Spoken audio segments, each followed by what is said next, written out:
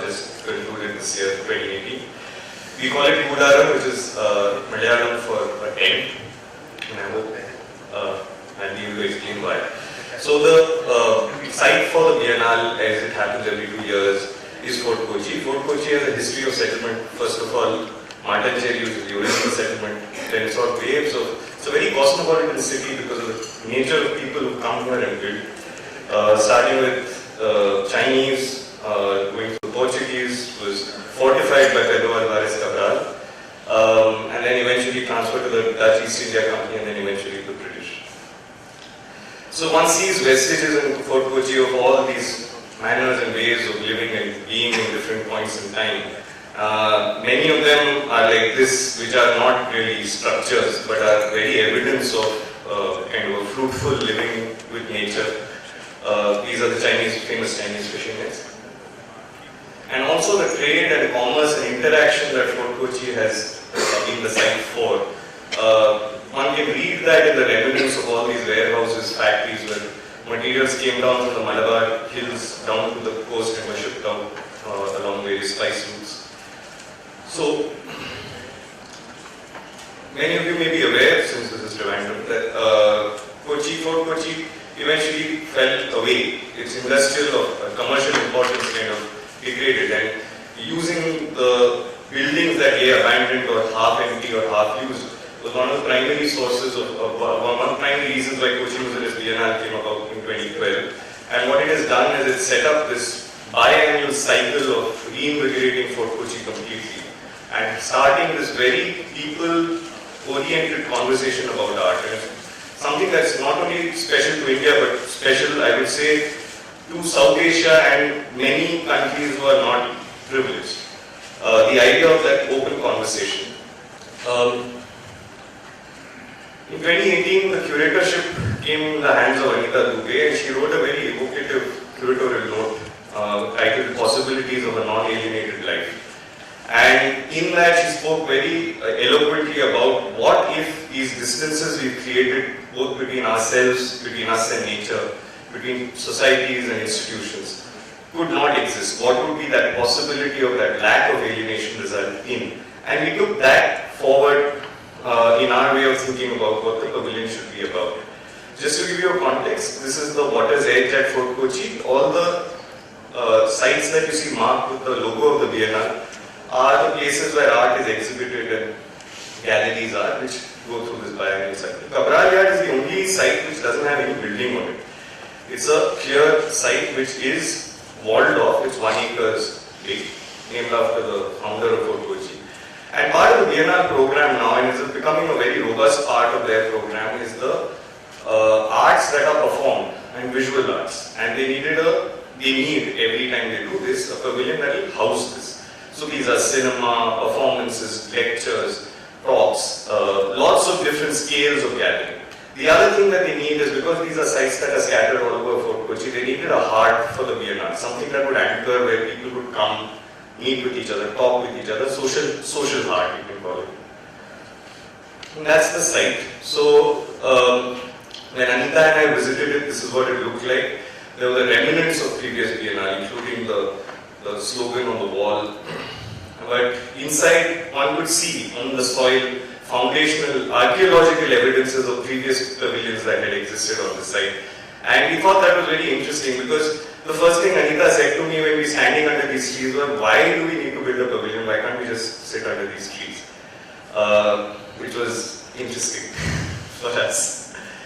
But she was right. Sometimes nature has this way of reclaiming, revitalizing and creating these sort of glories that very often when we get caught up in the act of building, we miss out on. So this became an important discussion for us to have. So what we then did was try and look at the site as this walled enclave of trees, and how do you negotiate that? What are the circulation patterns? What are the big clearings, small clearings? We started looking at that and we came up with these three ideas. First is because of the boundary wall and this very busy street outside, we wondered what it would mean instead of building to raise the ground. The second thing was, what as a fantasy would it mean to walk amongst the trees, like amongst the treetops? And third, because of the archaeological evidence I was talking about, was what if we were there only for the Biennale and when we left there would be no remnants behind. So suppose we could remove ourselves completely without mark. So the first step was to try and look at the pavilion as a disparate, disaggregated program that was spread across the entire 1 acre site. So it included 2 places for eating, 1 children's art room, septic tanks to clear the waste, and toilets. I'm going to run through this. Sorry, I just looked at the time. We just have 2 minutes left. So the idea was to then evolve a light architecture. So we chose to use steel that was salvageable, because that was the only material that we could imagine that we could work with quickly enough, that we could also remove and then get some value out of later through resale. We used bamboo, which could not be reused, but even if there was bamboo being used, at least it's organic and it will degrade over time, it won't stay. Every other material that we use, whether it's cement board or polycarbonate sheet, was used and detailed in a manner that it could be completely removed. It wasn't cut. So that's a section through the pavilion that we built. This is a structure we worked on with Mr. Manjunath in Bangalore, and the idea was to make the structure act like what it was amongst these trees, these fishing net structures, these things that sit lightly like skeletons and then are enveloped with skins for various levels of porosity. I also want to make the point that this was also the year where the flood happened and hit Kochi very badly.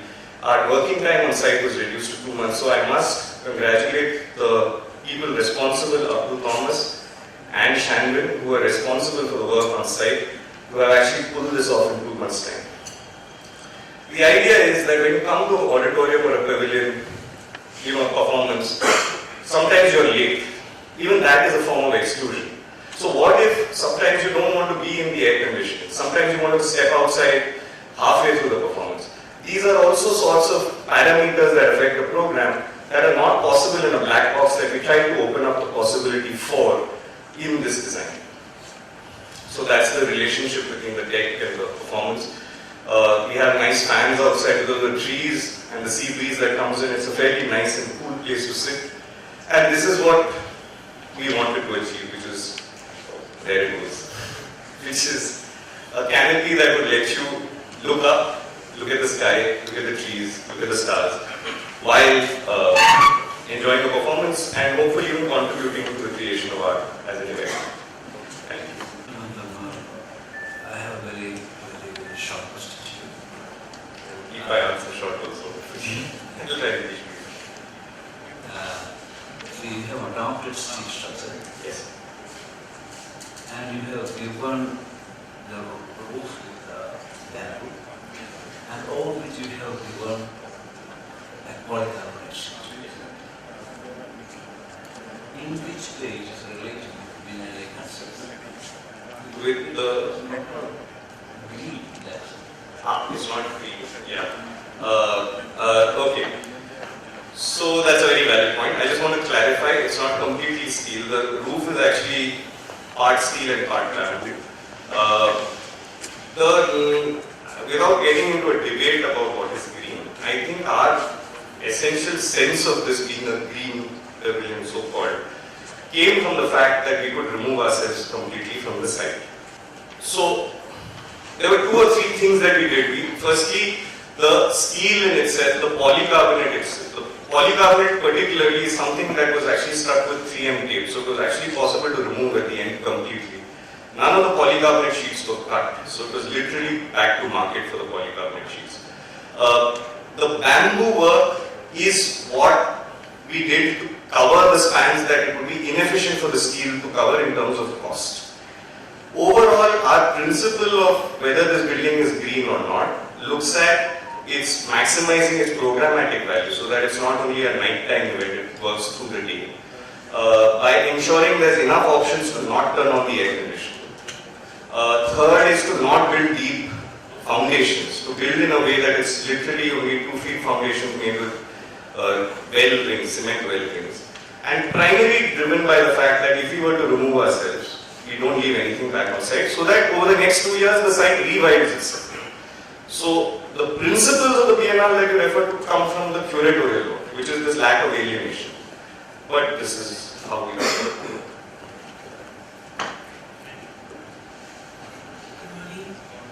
When we see your images, we can feel like if we are in the full nature.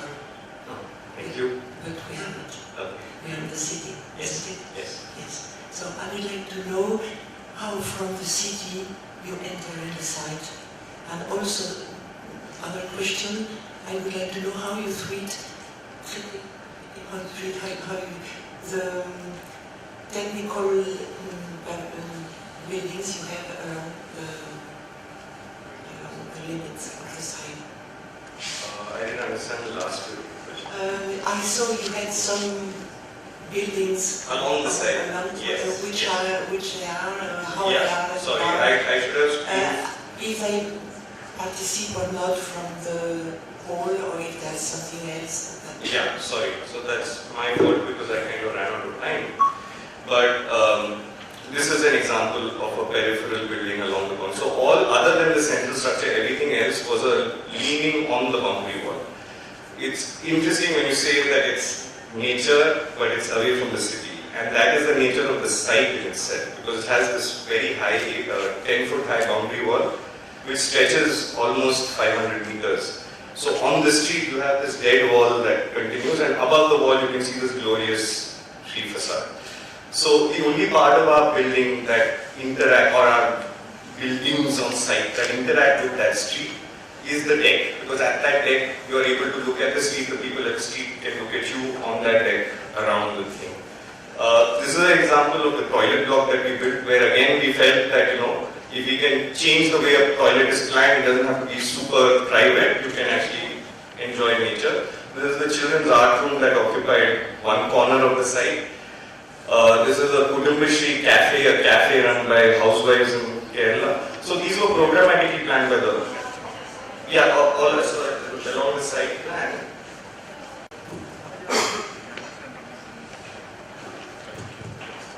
So I'll miss out on my question. Sorry, please, while I have for this, please. So my question is about, even though there is a large 1 acre kind of land, and your intervention didn't to kind of cover the entire site, the linear lines and so on, you chose to concentrate only on this one structure and not on your approach to the site. It's an extension of the question that she asked. I've been to the site, I know the industry land. Yeah, I know. I have been, I use that too. So I know that place quite well. But my question is, why is it that you chose to ignore the conditions on the site and you focused only on the structures? Well, I ignored the conditions, if you could clarify that. You mean that why were the peripheral structures different from... You didn't choose to present them at all. You didn't choose to. Why didn't we talk about them?